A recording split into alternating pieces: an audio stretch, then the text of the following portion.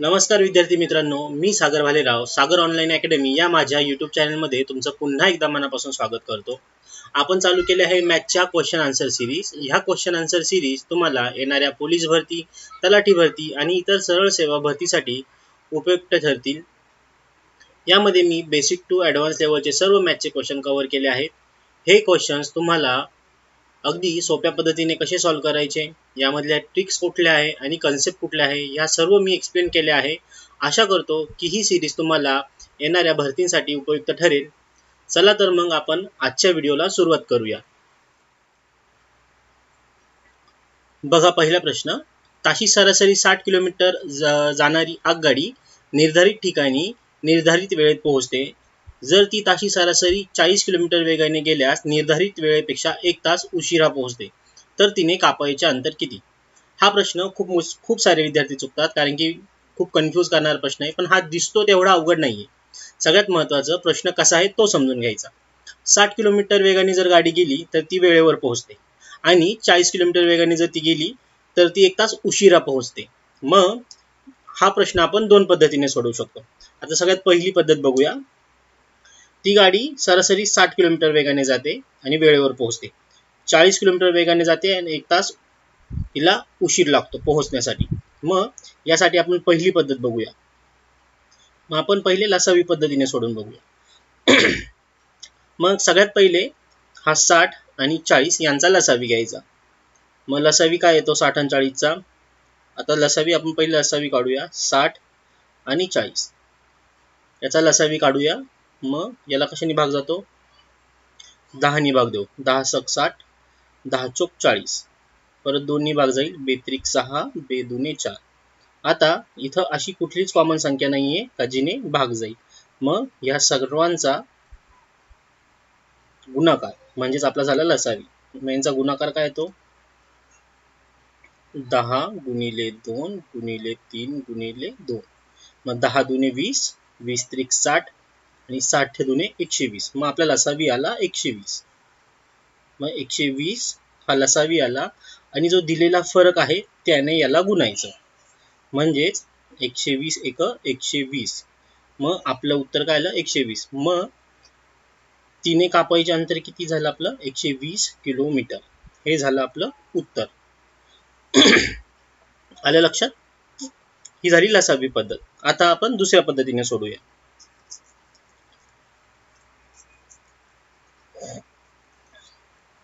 आता दुसरी पद्धत कशी आहे बघा. यासाठी आपल्याला फॉर्म्युला वापरायचा आहे. मग आपला फॉर्म्युला काय आहे की पहिला वेग दुसरा वेग. वेळेवर पोहोचते तो झाला पहिला वेग, नंतर दुसरा वेग, आणि इथे आपल्याला फरक दिलेला आहे 1 तास. 1 तास उशिरा पोहोचते म्हणजे तो झाला त्यातला फरक. मग गुणिले फरक आणि छेदात त्या दोघांची वजाबाकी, वेगांची वजाबाकीच आपण का घेतली? कारण यामध्ये आपण 1 तास उशिरा पोहोचते म्हणजे 1 तासाचा फरक आहे, म्हणून फरक आहे म्हणून आपण वजाबाकी घेतली. आता याला आपल्याला सॉल्व्ह करायचं आहे फक्त. मग सगळ्यात पहिले गुणाकार आहे तसाच ठेवू आणि यांची वजाबाकी करू. 60 मधून 40 गेले 20. आता 20 ने वरती भाग देऊ. 20 एक 20, 20 दुने 40. मग आता उरले आपल्याकडे फक्त 60 गुणिले 2 म्हणजे 6 दुने 12 म्हणजे 120 किलोमीटर. अशा दोन पद्धतीने आपल्याला हा प्रश्न सोडवता येतो. ठीक आहे. पुढचा प्रश्न बघा. 2800 रुपये रकमेचे दर साल दर शेकडा 3% दराने काही महिन्याचे सरळ व्याज 154 रुपये होते, तर ती मुदत किती? इथं आपल्याला मुदत काढायची. आता आपल्याकडे सरळ व्याज काढायचा फॉर्म्युला आहे. सरळ व्याज काढायचा फॉर्म्युला काय आहे? मुद्दल म द क छेद 100 बरोबर सरळ व्याज. हा आपला सरळ व्याज काढायचा फॉर्म्युला आहे. आता इथं म म्हणजे काय? दिलेली मुद्दल आहे 2800 रुपये गुणिले दर आहे 3%. 3% म्हणजे छेदात 100, आणि काळ आहे मुदत. मग आपल्याला काळ काढायचा आहे, त्याला आपण x मानू, आणि सरळ व्याज दिले आपल्याला 154 रुपये. आता याला सॉल्व्ह करूया. हे 2 शून्य कट, हे 2 शून्य कट. शिल्लक काय राहील आपल्याकडं? 28 गुणिले 3 गुणिले x बरोबर 154. मग आता हा x तसंच ठेवू आणि हे दोन याला x ला गुणिले तिकडे जाऊन ते भागिले होतील. मग x बरोबर 154 भागिले 28 गुणिले 3. आता याला 7 ने भाग जातो. 7 चोक 28, 7 दुने 14, उरला 1, 7 दुने 14. आता 22 उरले, याला 2 ने भाग जाईल. बे दुने 4, बे एके बे, बे एक बे. आता आपल्याकडे शिल्लक राहिलं 11 छेदात 3 गुणिले 2 म्हणजे 3 दुने 6. पण हे उत्तर आपल्याला कशात आलं? हे आलं वर्ष. पण आपल्याला ऑप्शन मध्ये दिलेले आहे महिने, सगळीकडे दिलेले आहे महिने. मग हे वर्षात आलं तर याला आपल्याला महिन्यात कन्वर्ट करायचंय. मग महिन्यात कन्वर्ट करण्यासाठी आपण काय करतो, हे जे उत्तर आलंय त्याला आपण 12 नी गुणतो. आता 12 नीच का गुणतो? कारण की एका वर्षामध्ये 12 महिने असतात. जसं फॉर एक्झाम्पल आपल्याला सांगितलं की 2 वर्षाला महिन्यामध्ये कन्वर्ट करा. मग हे 2 वर्ष गुणिले एका वर्षात असतात 12 म्हणून 12. मग 12 दुने 24. मग हे झाले आपले 24 महिने. तसंच 11/6 ला आपण 12 ने गुणू म्हणजे ते महिन्यामध्ये कन्वर्ट होईल. मग 6 एके 6, 6 दुने 12. मग शिल्लक राहिले 11 गुणिले 2. मग 11 आणि 2 किती झाले? 11 गुणिले 11 दुने 22 महिने. हे झालं आपलं उत्तर, ऑप्शन 4. बघा आता पुढचा प्रश्न बघूया. एक कार 3 तासात 105 किलोमीटर अंतर जाते, तर त्याच वेगाने 5 तासात किती अंतर जाईल? वेग सेम आहे. एक कार 3 तासात 105 किलोमीटर अंतर जाते. आता ती 3 तासात 105 किलोमीटर जाते, मग एका तासात किती जाईल हे आपण काढू. यामध्ये आपण फॉर्म्युला पण वापरू शकतो आणि डायरेक्टली पण सोडू शकतो. मी तुम्हाला पहिले डायरेक्टली सोडून दाखवतो. आता 105 किलोमीटर अंतर 3 तासात जाते, मग एका तासात किती? मग 105/3. मग 3 त्रिक 9, उरला 1, 3 5 15. म्हणजे हे झालं एका तासात. एका तासात एवढं म्हणजेच 35 किलोमीटर पर आवर. हा झाला तिचा स्पीड. मग एका तासात 35 किलोमीटर जाते, तर 5 तासात किती? म्हणून एका तासात जर 35 किलोमीटर जाते तर 5 तासात त्याला गुणिले. मग 5 5 25, 5 2, 5 त्रिक 15 आणि 2 17. म्हणजेच ती एका 5 तासामध्ये 175 किलोमीटर जाईल. आता हे फॉर्म्युल्याने सोडवायचं तर फॉर्म्युल्याने पण आपण सोडवू शकतो. फॉर्म्युल्याने आपण कसं सोडवणार? बघा, आपल्याकडे फॉर्म्युला आहे डिश टीव्हीचा, म्हणजेच distance is equal to time into velocity, म्हणजे अंतर बरोबर वेग गुणिले वेळ. आता अंतर किती दिलेलं आहे आपल्याला? 105 किलोमीटरचं. मग 105 किलोमीटर हे अंतर ती 3 तासात, टाइम आहे 3 तासात, 3 तासात जाते. मग व्हेलॉसिटी, तिचा वेग किती आहे तो आपल्याला काढावा लागेल. मग आपल्याकडे वेग किती आला? हा 3 इकडे गुणिले इकडे जाऊन भागिले झाला, बरोबर आला आपला स्पीड. मग 3 त्रिक 9, उरला 1, 3 5 15. मग 35 हा आला आपला स्पीड, 35 किलोमीटर पर आवर. मग आता काय विचारलंय? त्याच वेगाने 5 तासात. मग तोच वेग कुठला? 35 किलोमीटरने 5 तासात किती अंतर जाईल? मग आता इथं काय विचारलंय आपल्याला? किती अंतर जाईल. आता इथं सोडवतो मी, किती अंतर जाईल. मग आता दुसऱ्या याच्यामध्ये परत आपला फॉर्म्युला काय येतो? मग सेम फॉर्म्युला आपला डिश टीव्हीचा. मग याच्यामध्ये डिस्टन्स आपल्याला काढायचं म्हणून डी तसाच ठेवला. टाइम दिलाय किती? 5 तास. आणि वेग किती आपला? 35चा. मग किती झाला? 5 5 25, 5 2, 5 3 15 आणि 2 17. मग डिस्टन्स आपलं आलं 175 किलोमीटर, ऑप्शन 2. हा प्रश्न आपल्याला दोन्ही पद्धतीने सोडवता येतो, पण सगळ्यात सोपी पद्धत ही आहे, आधीची आपण बघितली ती आहे, जी पटकन सॉल्व्ह होते त्याच्यामध्ये. ठीक आहे, चला पुढचा प्रश्न बघूया. हा प्रश्न बघा. ताशी 5 किलोमीटर प्रति तास जाणारी व्यक्ती एक पूल 15 मिनिटात ओलांडते, तर त्या पुलाची लांबी काढा. पण त्या पुलाची लांबी आपल्याला मीटरमध्ये काढायची. आता हा प्रश्न जरा वेळ खाऊ आहे. हा प्रश्न म्हणजे खूप कन्फ्यूज करणारा प्रश्न आहे. नीट बघा. यामध्ये आता जर आपल्याला असे प्रश्न सोडवायचे असेल तर आपल्याला एक गोष्ट माहिती पाहिजे की अशा प्रश्नामध्ये जर वेग जर आपल्याला प्रति तास किलोमीटर पर आर दिला असेल तर आपल्याला वेळ पण ही तासातच पाहिजे.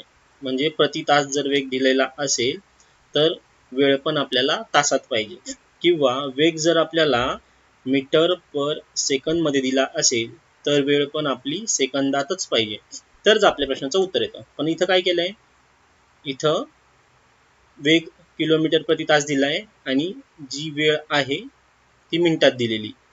हा प्रश्न PYQ आहे.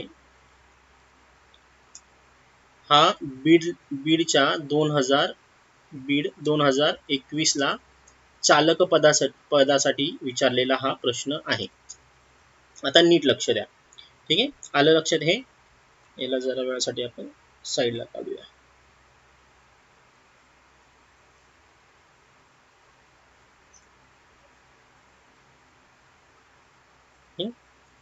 आता बघा, आपला फॉर्म्युला आहे d into T into V. D is equal to T into V म्हणजे डिश टी व्ही. आता इथं आपल्याला डिस्टन्स काढायचं आहे म्हणून डी तसाच ठेवला. टाइम किती आहे? 15 मिनिटाचा. आता 15 मिनिटाला आपल्याला सेकंदात कन्वर्ट करावं लागेल. मग त्यासाठी आपल्याला काय करायला लागेल? 15ला 60 गुणावं लागेल. म्हणजेच 15 गुणिले 60. आता 60 का गुणायचं?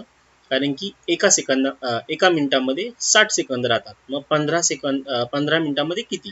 तर 15 मिनिटाला 60 जर आपण गुणलं, 15 पाचे 75, 15 सक 90. आपलं उत्तर आलं 900. ठीक आहे, म्हणजे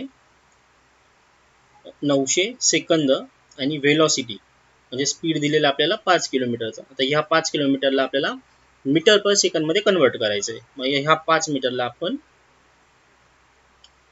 5/18 ने गुणूया. म्हणजे हा जो स्पीड आहे हा मीटर पर सेकंद मध्ये कन्वर्ट होईल. मग आता हे सॉल्व्ह करायचं आहे आपल्याला.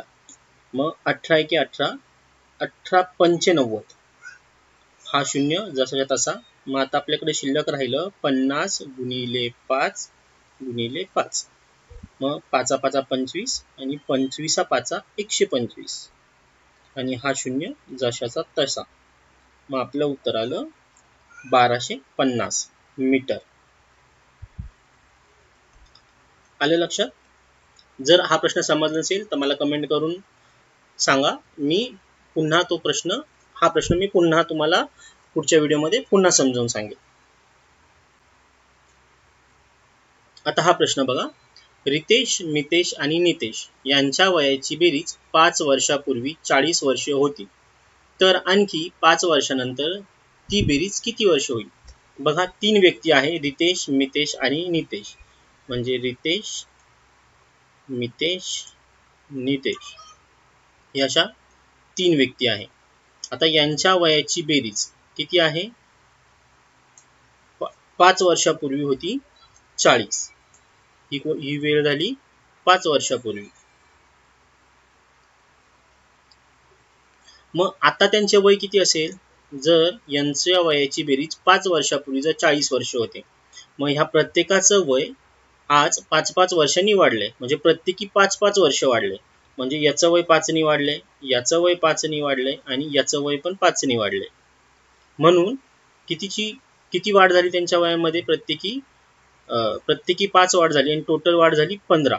म्हणजे जर त्यांची 5 वर्षापूर्वी जर 40 वर्ष वय होती तर आज किती झाली? मग हे 40 अधिक हे 15, प्रत्येकी 5-5 ने ते वाढले. मग त्यांचं आज वय झालं 55. त्यांच्या वयाची आजची बेरीज झाली 55. तर आणखी 5 वर्षानंतर ती बेरीज किती वर्ष होईल? मग अजून 5 वर्षानंतर, मग अजून 5 वर्षांनी प्रत्येकी 5-5 ते वाढणार आहे. मग प्रत्येकी 5 वाढले म्हणजे अजून 15ची भर झाली. मग ह्या 55 मध्ये अजून 15ची भर झाली. मग 5 आणि 5 10, 1, 5 आणि 2 7. म्हणजे त्यांचं वय होईल 70 वर्ष. त्यांच्या वयांची बेरीज होईल 70 वर्ष. मित्रांनो, हे जे मी घेतोय हे सगळे PYQ आहेत. पोलीस भरतीला विचारलेले हे सगळे PYQ आहे. त्यामुळे नीट लक्ष देऊन ऐका.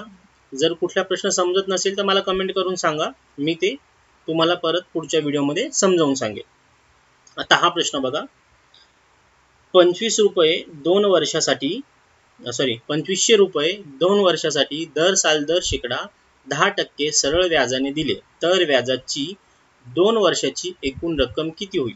थोडक्यात 2 वर्षाचं आपल्याला सरळ व्याज काढायचंय. मग आपल्याकडे फॉर्म्युला काय आहे? मुद्दल म द क छेद 100 बरोबर सरळ व्याज. मग आता आपल्याला मुद्दल दिलेली 2500 गुणिले दर दिलेला आहे 10% आणि काळ आहे 2 वर्ष. 2 वर्षाचं आपल्याला सरळ व्याज काढायचंय. सिंपल सॉल्व करायचं. हे 2 शून्य कट, हा शून्य कट, हा शून्य कट. मग 250 उरले आपल्याकडं 250 गुणिले 2. मग उत्तर किती आलं? 25 दुने 50 आणि हा शून्य जसाचा तसा, म्हणजेच ऑप्शन 2. आता हा प्रश्न बघा, दूध आणि पाण्याच्या 70 लिटर मिश्रणात 10% पाणी आहे तर या मिश्रणामध्ये किती लिटर पाणी आहे? किती लिटर पाणी काढायचं?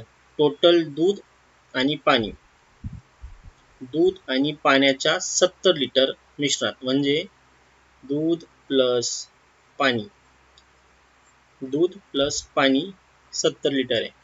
त्यापैकी 10% पाणी आहे, म्हणजे 70च्या 10% किती झाले? हे शून्य कट, 70च्या 10% म्हणजे 7. 70 मध्ये 7 लिटर पाणी आहे. मग आपल्याला काय विचारलंय? मिश्रणात किती लिटर पाणी आहे? मग 7 लिटर पाणी आहे. हा प्रश्न बघा, 800 रुपये किमतीची एक खुर्ची 15% नफ्याने विकली तर त्या खुर्चीची किंमत किती? आता 800 रुपये किमतीची खुर्ची 15% नफ्याने विकली, म्हणजे 15% 800चे किती झाले? 15 8 120, म्हणजे 800 वर 120 म्हणजे 800 वर प्लस 120 म्हणजे झाले ते 920 रुपये. त्या खुर्चीची किंमत झाली 920 रुपये. हे आपण असंही सोडू शकतो, किंवा डायरेक्टली हे 800 15% नफा आहे, म्हणजे 115 गुणिले 100, हे असं आपण असंही सोडू शकतो. हे शून्य कट, हे शून्य कट, हे शून्य कट, हे शून्य कट. 8 पंचे 40, 8 चाले 4, 8 एक 8, 8 आणि 4 12, 8 चाला 1, 8 एक 8, 8 आणि 9, म्हणजे 920 रुपये त्या खुर्चीची किंमत झाली. ऑप्शन बघा. आता हा पुढचा प्रश्न, आई आणि तिच्या 5 मुलांचे सरासरी वय 15 वर्ष आहे. आई वगळून हे वय 7 वर्षांनी कमी होते. आई जर वगळलं तर त्यांच्या वयांची सरासरी येते. आई वगळून त्यांच्या वयाची सरासरी 7 वर्षांनी कमी होते तर आईचे वय किती? मग आई आणि तिचे 5 मुलं असे टोटल झाले 6 जण. मग या 6 जणांची सरासरी आहे 15 वर्ष. मग जेव्हा आपण सरासरीला गुणतो तेव्हा आपल्याला एकूण वय मिळतं. मग 15 5 75, 15 7 90, हे काय झालं? हे झालं त्यांचं एकूण वय, 6 जणांचं एकूण वय. पुढं काय दिलंय? आई वगळली, आईचं जर वय वगळलं तर सरासरी ही 7 ने कमी होते. मग सरासरी 15 आहे, आई वगळली, मग राहिले किती जण? 5 जण. 7 ने कमी होते, मग 15तून 7 गेले, उरले 8. मग 8 पंचे 40, मग हे झालं एकूण वय. कुणाचं? फक्त मुलांचं एकूण वय किती झालं? 40. मग जर आईच्या आणि मुलांच्या वयातून फक्त जर मुलांचं वय वजा केलं तर आपल्याला आईचं वय मिळेल. मग हा शून्य तसाच, 9तून 4 गेले 5, मग हे झालं आईचं वय. मग आईचं वय किती आलं आपलं? 50 वर्ष. ऑप्शन 2.